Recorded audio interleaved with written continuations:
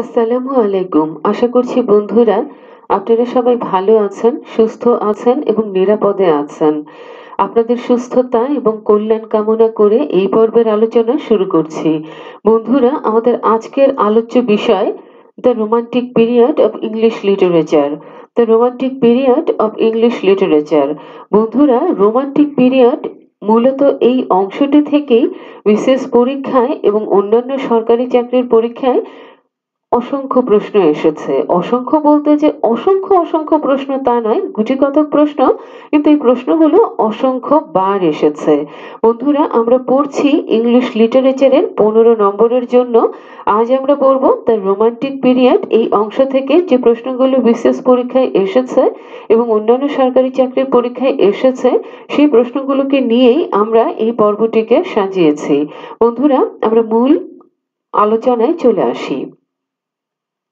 বন্ধুরা, প্রথম প্রশ্ন, pioneer of romanticism is oblique are. Pioneer of romanticism is oblique are. বন্ধুরা, প্রশ্নটিকে যদি একটু বুঝে নেওয়ার চেষ্টা করি, পায়োনিয়ার অফ রোমান্টিসিজম অর্থাৎ রোমান্টিকতার পথিকৃৎ কে বা কারা। রোমান্টিকতার পথিকৃৎ কে বা কারা? বন্ধুরা, এর উত্তর হচ্ছে উইলিয়াম ওয়ার্ডসওয়ার্থ আর হচ্ছেন এস.টি. কোলারিজ। উইলিয়াম ওয়ার্ডসওয়ার্থ এবং এস.টি. কোলারিজ। বন্ধুরা, এই দুজনকে বলা হয় রোমান্টিসিজমের পথিকৃৎ বা রোমান্টিকতার পথিকৃৎ। এই প্রশ্নটিকে যদি আরো একবার বুঝে নেওয়ার চেষ্টা করি তাহলে কেমন হয়? Pioneer of romanticism is oblique are, আর তারা হচ্ছেন উইলিয়াম ওয়ার্ডসওয়ার্থ এবং এস.টি. কোলারিজ। বন্ধুরা, আমরা পরের প্রশ্নটিতে চলে আসি। The Romantic age in English literature began with the publication of. The Romantic age in English literature began with the publication of. বন্ধুরা, এই প্রশ্নটিকে যদি আমরা বাংলায় অর্থ করে নেবার চেষ্টা করি, অর্থাৎ বুঝে নেওয়ার চেষ্টা করি, তাহলে অর্থটি দাঁড়ায় যে ইংরেজি সাহিত্যের যে রোমান্টিক যুগ, সেই যুগটি কোনটি প্রকাশের মাধ্যমে শুরু হয়। অর্থাৎ ইংরেজি সাহিত্যের রোমান্টিকতার সূত্রপাত ঘটে কোনটি প্রকাশনার মাধ্যমে বা কোনটি প্রকাশের মধ্য দিয়ে? বন্ধুরা, এর উত্তর হচ্ছে preface of lyrical ব্যালাডস। Preface of lyrical ব্যালাডস অর্থাৎ এই লিরিক্যাল ব্যালাডস এই গ্রন্থটি প্রকাশনার মধ্য দিয়ে কিন্তু ইংলিশ লিটারেচারে অর্থাৎ ইংরেজি সাহিত্যে রোমান্টিসিজম বা এইজ অফ রোমান্টিক এই যে বিষয়টি, এই বিষয়টি শুরু হয়। অর্থাৎ রোমান্টিক যুগের সূত্রপাত ঘটে লিরিক্যাল ব্যালাডস এই গ্রন্থটি প্রকাশের মাধ্যমে। বন্ধুরা, প্রশ্নটিকে আরো একবার একটু বুঝে নেই। The Romantic age in English literature began with the publication of, অর্থাৎ কোন গ্রন্থটি প্রকাশের মধ্য দিয়ে ইংরেজি সাহিত্যে রোমান্টিক যুগ শুরু হয় বা আরম্ভ হয়? বন্ধুরা, গ্রন্থটির যে নামটি প্রশ্নপত্রে ছিল সেই উত্তরটি হচ্ছে preface of lyrical ব্যালাডস। Preface of lyrical ব্যালাডস। বন্ধুরা, আমরা আশা করছি যে এই প্রশ্নটি আমরা খুব ভালোভাবে বুঝতে সমর্থ হয়েছি। আমরা পরের প্রশ্নটিতে চলে আসি। Which of the following writers belongs to the Romantic period in English literature? Which of the following writers, which of the following writers belongs to the Romantic period in English literature? বন্ধুরা, এই প্রশ্নটিকে যদি একটু বাংলায় বুঝে নেওয়ার চেষ্টা করি তাহলে অর্থটি দাঁড়ায় যে নিম্নের কোন দুজন সাহিত্যিক বা কোন দুজন লেখক রোমান্টিক যুগের লেখক? বন্ধুরা, belongs to the romantic period in English literature অর্থাৎ রোমান্টিক যুগের লেখক কোন দুজন? বন্ধুরা, প্রশ্নটি আরেকবার পড়ছি। Which of the following writers belongs to the romantic period in English literature? বন্ধুরা, এর উত্তর হচ্ছে উইলিয়াম ওয়ার্ডসওয়ার্থ এবং এস.টি. কোলারিজ। উইলিয়াম ওয়ার্ডসওয়ার্থ এবং এস.টি. কোলারিজ। বন্ধুরা, আমরা জানি যে এই দুজনকে কিন্তু রোমান্টিকতার পথিকৃৎ বলা হয়, অর্থাৎ পায়োনিয়ার অফ রোমান্টিসিজম বলা হয়। বন্ধুরা, আমরা আশা করছি যে এই প্রশ্নটিও আমরা ভালোভাবে বুঝতে সমর্থ হয়েছি। আমরা পরের প্রশ্নটিতে চলে আসি। Lyrical Ballads was published in which year? Lyrical ব্যালাডস was published in which year? বন্ধুরা এই প্রশ্নটিকে যদি একটু বাংলায় বুঝে নেবার চেষ্টা করি বা অর্থ করে নেবার চেষ্টা করি তাহলে অর্থটি দাঁড়ায় যে লিরিক্যাল ব্যালাডস এই গ্রন্থটি কত সালে প্রকাশিত হয়েছিল। লিরিক্যাল ব্যালাডস এই গ্রন্থটি কত সালে প্রকাশিত হয়েছিল? বন্ধুরা এর উত্তর হচ্ছে 1798 সাল, অর্থাৎ 1798। 1798 সালে লিরিক্যাল ব্যালাডস এই গ্রন্থটি প্রকাশিত হয়েছিল। বন্ধুরা লিরিক্যাল ব্যালাডস এই গ্রন্থটি প্রকাশনার মধ্য দিয়েই কিন্তু ইংরেজি সাহিত্যে রোমান্টিক যুগের সূত্রপাত ঘটে। আর এই গ্রন্থটি এস.টি. কোলারিজ এবং উইলিয়াম ওয়ার্ডসওয়ার্থের এই যে গ্রন্থটি লিরিক্যাল ব্যালাডস এইটি 1798 সালে প্রকাশিত হয়। আর এই গ্রন্থটি প্রকাশনার মাধ্যমেই ইংরেজি সাহিত্যে রোমান্টিক যুগের সূত্রপাত ঘটে। এ কারণেই এস.টি. কোলারিজ এবং উইলিয়াম ওয়ার্ডসওয়ার্থকে বলা হয় ইংরেজি সাহিত্যের রোমান্টিকতার পথিকৃৎ। বন্ধুরা এই গ্রন্থে কিন্তু সর্বপ্রথম সাধারণ মানুষের ভাষায় কবিতা লেখা হয়েছে। এর আগে কিন্তু রাজা রানী এবং বীর যোদ্ধাদের নিয়ে কবিতা লেখা হতো। এই গ্রন্থটির মধ্য দিয়ে সর্বপ্রথম সাধারণ মানুষের ভাষায় কবিতা লেখা হয়েছে। আর এই গ্রন্থটি প্রকাশনার মধ্য দিয়ে ইংরেজি সাহিত্যে রোমান্টিকতার সূত্রপাত ঘটে, অর্থাৎ রোমান্টিক যুগের সূচনা ঘটে। এস.টি. কোলারিজ এবং উইলিয়াম ওয়ার্ডসওয়ার্থকে এই জন্য একসাথে বলা হয় পাইনিয়ার অফ রোমান্টিসিজম, অর্থাৎ রোমান্টিকতার পথিকৃৎ।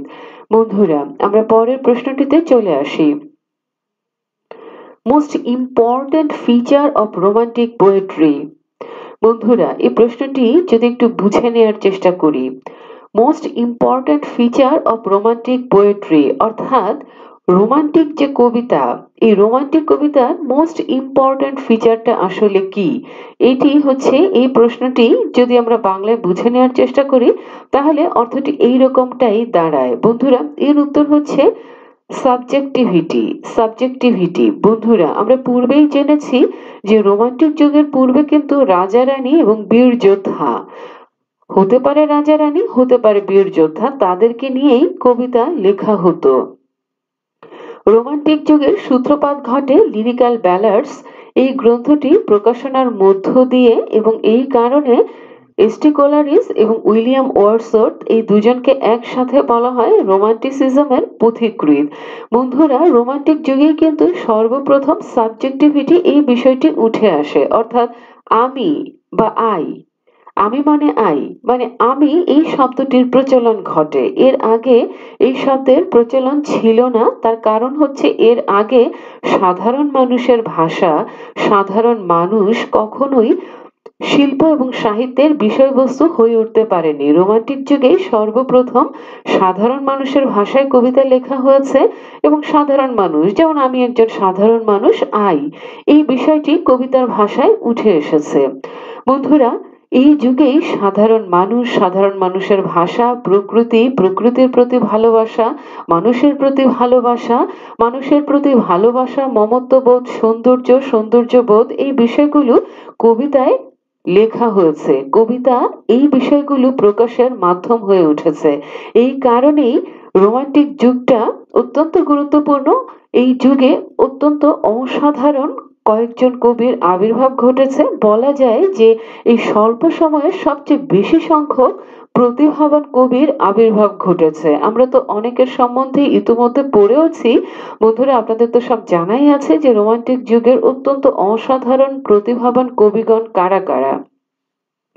বন্ধুরা তাহলে আমাদের যে আলোচ্য প্রশ্নটি, সেই প্রশ্নটিতে আমরা আবারও ফিরে আসি। Most important feature of romantic poetry, এর উত্তর হচ্ছে সাবজেক্টিভিটি, অর্থাৎ সাবজেক্টিভিটি সাবজেক্ট, আমি আয়ের প্রচলন শুরু হয় এই যুগেই। তো বন্ধুরা আশা করছি এই বিষয়টি আমরা ভালোভাবে বুঝতে পেরেছি। আমরা পরের প্রশ্নটিতে চলে আসি। Romanticism is connected with of, romanticism is connected with of. বন্ধুরা এই প্রশ্নটিকে যদি আমরা বাংলায় অর্থ করে নেবার চেষ্টা করি বা বুঝে নেবার চেষ্টা করি তাহলে অর্থটি কি দাঁড়ায়, অর্থাৎ রোমান্টিসিজম এই জিনিসটা আসলে কোন কোন বিষয়ের সঙ্গে যুক্ত। বন্ধুরা এর উত্তর হচ্ছে love and beauty. Love and beauty অর্থাৎ ভালোবাসা এবং সৌন্দর্য এই দুটো ছাড়া তো রোমান্টিসিজম হতেই পারে না। তো বন্ধুরা, রোমান্টিসিজম এই শব্দটি যেই দুটি বিষয়ের সঙ্গে যুক্ত বা সংশ্লিষ্ট বা সম্পৃক্ত, সেই বিষয় দুটি হচ্ছে ভালোবাসা এবং সৌন্দর্যবোধ, লাভ অ্যান্ড বিউটি। বন্ধুরা, আমরা পরের প্রশ্নটিতে চলে আসি। Which of the following writers are called lake poets? Which of the following writers are called lake poets? বন্ধুরা, এই প্রশ্নটিকে যদি আমরা একটু বাংলায় বুঝবার চেষ্টা করি, তাহলে অর্থটি দাঁড়ায় যে নিম্নে বর্ণিত কবিগণের মধ্যে কোন দুজনকে বলা হয় লেক পোয়েটস। লেক পোয়েটস কোন দুজন কবিকে বলা হয়? বন্ধুরা, এর উত্তর হচ্ছে উইলিয়াম ওয়ার্ডসওয়ার্থ এবং এস.টি. কোলারিস। বন্ধুরা, এই দুজন কবিকে আমরা তো অত্যন্ত ভালোভাবে চিনি। এই দুজন অত্যন্ত বিখ্যাত কবি, উইলিয়াম ওয়ার্ডসওয়ার্থ এবং এস.টি. কোলারিস, যারা রোমান্টিসিজমের সূত্রপাত ঘটিয়েছিলেন, অর্থাৎ they are the pioneer of romanticism. তো বন্ধুরা, রোমান্টিক এইজ অর্থাৎ রোমান্টিক পিরিয়ড অত্যন্ত গুরুত্বপূর্ণ। আর এই গুরুত্বপূর্ণ সময়টা 1798 থেকে 1832 সাল পর্যন্ত বিরাজমান ছিল। আর এই রোমান্টিক যুগটা শুরুই হয়েছিল লিরিক্যাল ব্যালাডস এই গ্রন্থটি প্রকাশের মধ্য দিয়ে। আর এই গ্রন্থটিতেই সর্বপ্রথম সাধারণ মানুষের ভাষায় কবিতা লেখা হয়েছে। রোমান্টিক যুগে মানুষের প্রতি ভালোবাসা, প্রকৃতির প্রতি ভালোবাসা এবং সাধারণ মানুষের ভাষা, এই বিষয়গুলো কবিতার উপজীব্য বিষয়বস্তু হয়ে উঠেছিল। আশা করছি এবং বিশ্বাস করছি যে এই বিষয়গুলো আমরা খুব সহজেই বুঝতে পেরেছি। বন্ধুরা, এই পর্বের আলোচনা এখানেই শেষ হয়ে গেল। ইনশাআল্লাহ এই আলোচনা আপনাদের প্রস্তুতিতে সহায়ক ভূমিকা পালন করবে এবং ইনশাআল্লাহ আপনারা এই চ্যানেলটিকে সাবস্ক্রাইব করে দেবেন এবং বেল আইকনটিকে প্রেস করে দেবেন, যাতে করে আমরা সব সময় আপনাদের পাশে থাকতে পারি, আপনাদের সহযোদ্ধা হয়ে, যাতে করে নতুন কোনো আলোচনা অথবা নতুন কোনো সাহিত্যিককে নিয়ে নতুন কোনো তথ্য অতি দ্রুত আপনাদের কাছে পৌঁছে যেতে পারে, যাতে করে আপনারা কালক্ষেপণ না করে প্রত্যেকটি বিষয় দ্রুতই আয়ত্ত করে নিতে পারেন। বন্ধুরা, পড়াশোনা তো একটি দীর্ঘমেয়াদী চলমান প্রক্রিয়া। এই প্রক্রিয়াতে ধৈর্য ধরেই যুক্ত থাকতে হবে, কারণ সফলতার পথ তো আর কুসুমাস্তীর্ণ নয়। অনেক বাধা বিপত্তি পেরিয়েই এই পথটা অতিক্রম করতে হয় বন্ধুরা। তো বন্ধুরা, আমরা আশা করছি, আমরা বিশ্বাস করছি যে আপনারা আপনাদের এই যুদ্ধে নিশ্চয়ই জয়ী হবেন এবং ইনশাআল্লাহ আপনারা আপনাদের কাঙ্ক্ষিত সফলতাকে অর্জন করে নেবেন।